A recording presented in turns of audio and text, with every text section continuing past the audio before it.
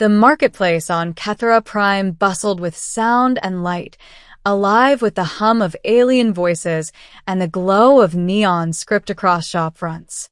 It was a melting pot of species, scaled traders haggling over or winged merchants swooping between stalls, and cybernetically enhanced beings who glimmered with metal and light. Among them walked Daniel Hale, a human who never quite felt at home in these places. His boots crunched against the glassy stone tiles of the plaza as he weaved through the crowds, his satchel bouncing against his hip. Earth had only rejoined the galactic stage recently, after centuries of silence. Humanity had been thought destroyed, written off in the annals of interstellar history. Only in the last few decades had human colonies reemerged, stronger and defiant, and begun trading again with the wider galaxy. To most, humans were a curiosity, something between a rumor and a relic. Daniel didn't care about politics. He was here for trade, components, foodstuffs, the kinds of things his little freighter crew needed to keep flying. But that was when it happened. He turned a corner, his eyes scanning a rack of shimmering fabrics, when a tall figure brushed past him. Cloaked in deep indigo, the alien woman carried herself with both elegance and exhaustion, as though her very bones were heavy. Her skin had a faint silver sheen, her hair like strands of liquid night. Almost without thinking, Daniel said the simplest thing, the way he had back home on Earth when passing someone in the street. "Hello." The word hung in the air like a spark. The alien woman froze. She stopped mid-step, the flow of the crowd breaking around her. Slowly, she turned, her silver eyes wide. "What did you say?" Her voice was low, melodic, but tinged with something like disbelief. Daniel blinked, suddenly self-conscious. I just said hello." Her hand trembled against the folds of her cloak. She whispered, almost to herself. This greeting, it was forgotten. The marketplace noise dimmed in Daniel's ears. Forgotten? What did she mean? Before he could ask, the woman's gaze locked onto his as though she had been waiting centuries for this moment. Middle. The alien introduced herself as Serial, a member of a once great people known as the Volari. They were scholars, historians, keepers of stories so ancient that entire empires had risen and fallen under their watch. But war had shattered them, scattered their language, burned their libraries, and broken their traditions.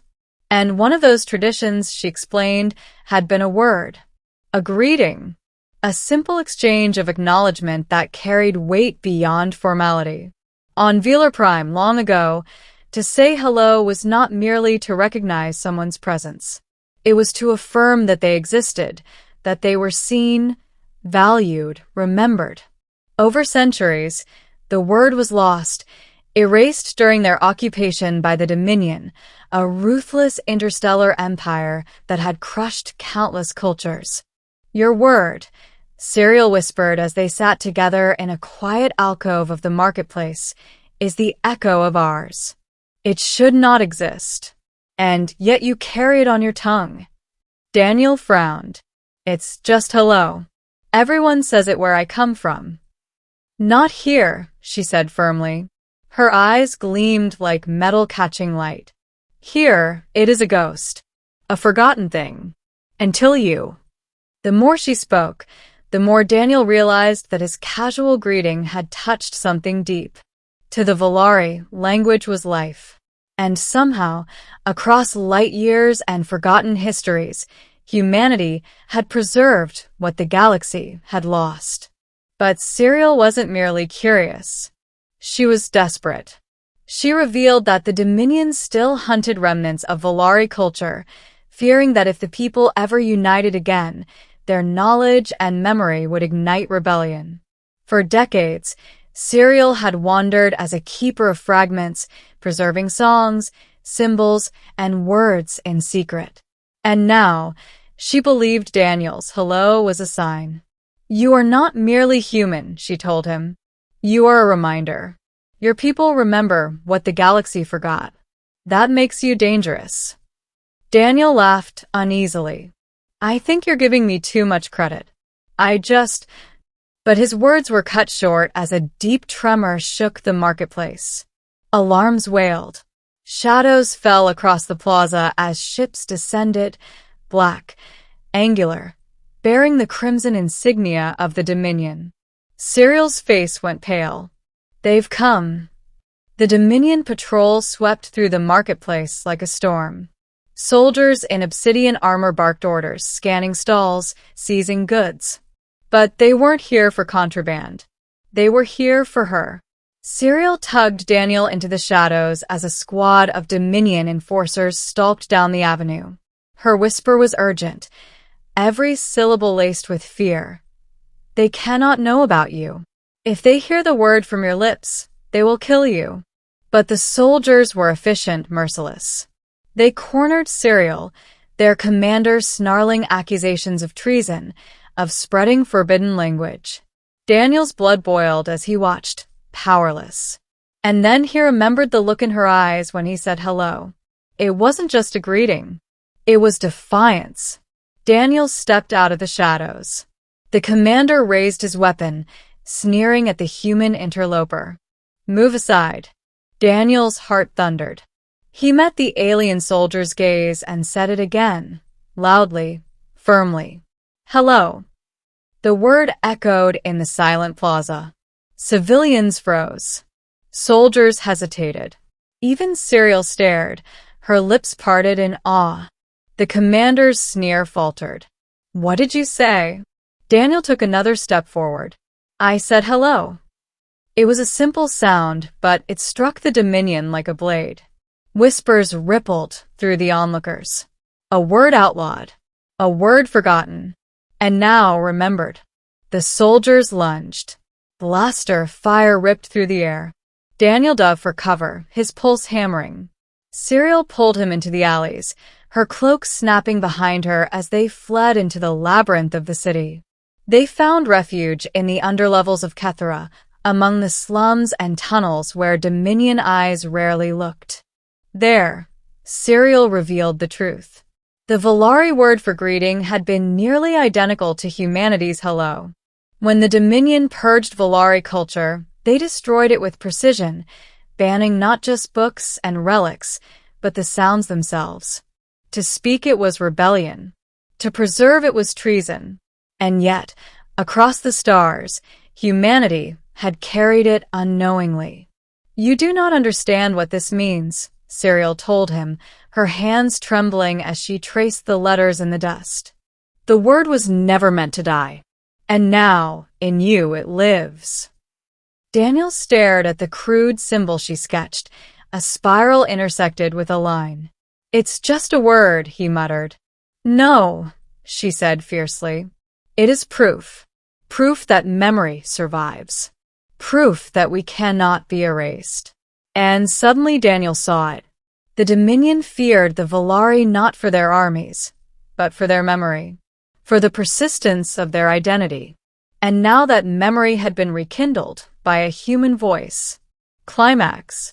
The Dominion's grip on Kethera Prime tightened. Patrols doubled, checkpoints rose, and citizens whispered of executions. The word had spread, carried from ear to ear like wildfire. Hello. Some spoke it in secret, testing the sound on their tongues. Others shouted it in defiance, before being dragged away. But it was too late. The word lived again. Some spoke it in secret, testing the sound on their tongues. Others shouted it in defiance, before being dragged away. But it was too late. The word lived again. Cyriel and Daniel were hunted relentlessly. Yet wherever they went, they left echoes. Daniel would step into a tavern, murmur hello to the bartender, and see recognition flare in their eyes. A spark. A seed of rebellion. The climax came in the heart of the city, when Dominion forces assembled to make an example. The commander who had first confronted Daniel declared that anyone caught speaking the forbidden word would be executed. Hundreds were herded into the plaza, forced to kneel under the shadow of Dominion gunships. Daniel and Cyril, hidden in the crowd, exchanged a look. "This is madness," Daniel whispered. "They'll kill them." Cyril's eyes burned with quiet fire. "Then let us give them something to die for."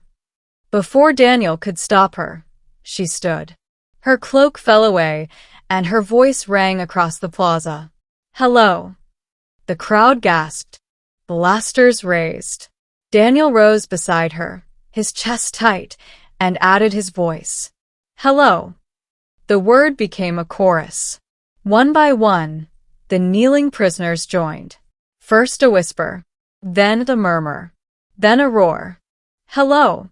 The plaza erupted with the sound. The Dominion soldiers faltered, unnerved. The commander bellowed orders, but his voice was drowned out by the rising wave. Civilians on balconies joined in, shouting the forbidden greeting into the air. The sound shook the city like thunder. "Hello."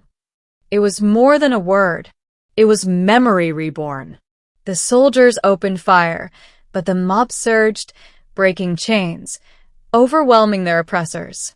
In the chaos, Cyril and Daniel fought side by side, ducking blaster fire, rallying others. For the first time in years, the people of Kethra resisted. And at the heart of it all was a human word, spoken with defiance. Ending. The rebellion on Kethra Prime spread like wildfire.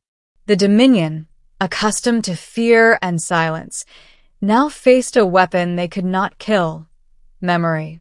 Across the sector, whispers of the word ignited uprisings. Cyril became a leader among her people, a guardian of the reborn language. But she never forgot who had spoken it first, without even knowing its weight. One evening, after the city had been reclaimed, Daniel stood on a balcony overlooking the stars.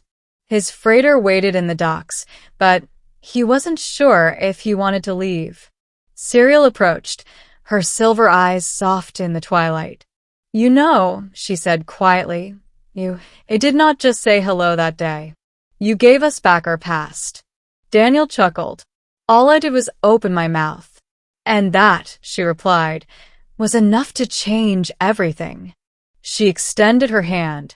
He took it, feeling the strength and history it carried. As the night settled over the liberated city, voices drifted through the streets below. Citizens greeting one another with a word that had once been forgotten, now alive again. "Hello." And Daniel realized that sometimes the smallest words carried the greatest power.